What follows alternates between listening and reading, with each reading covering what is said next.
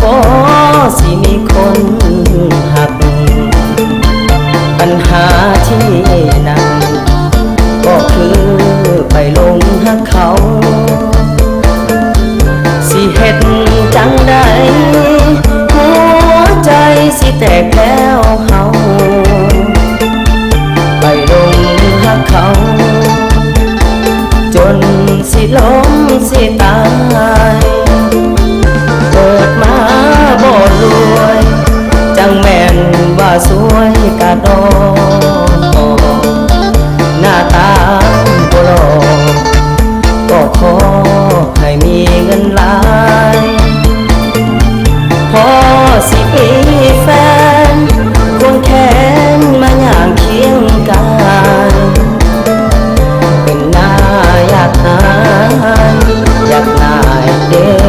ชีวิตตนเกิดมาหน้าตา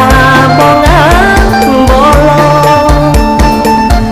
ซ้ำยังบ่พอแถมยังมายากจนไปลงหักเขา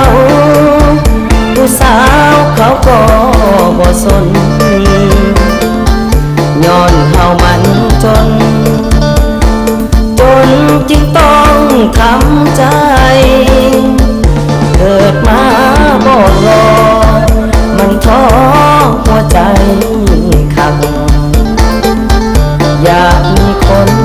หักบ่ฮู้สิเฮ็ดจังใดจำต้องยอมทนความจนยังบ่เห็นใจ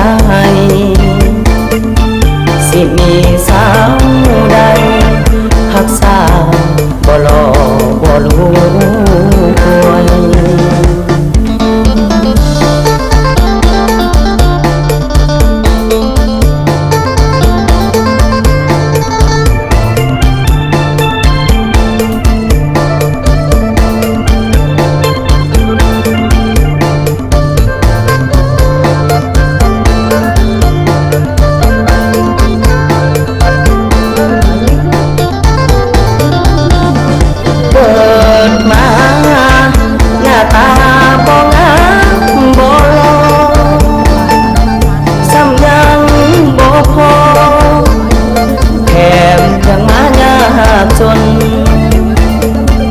ไปลง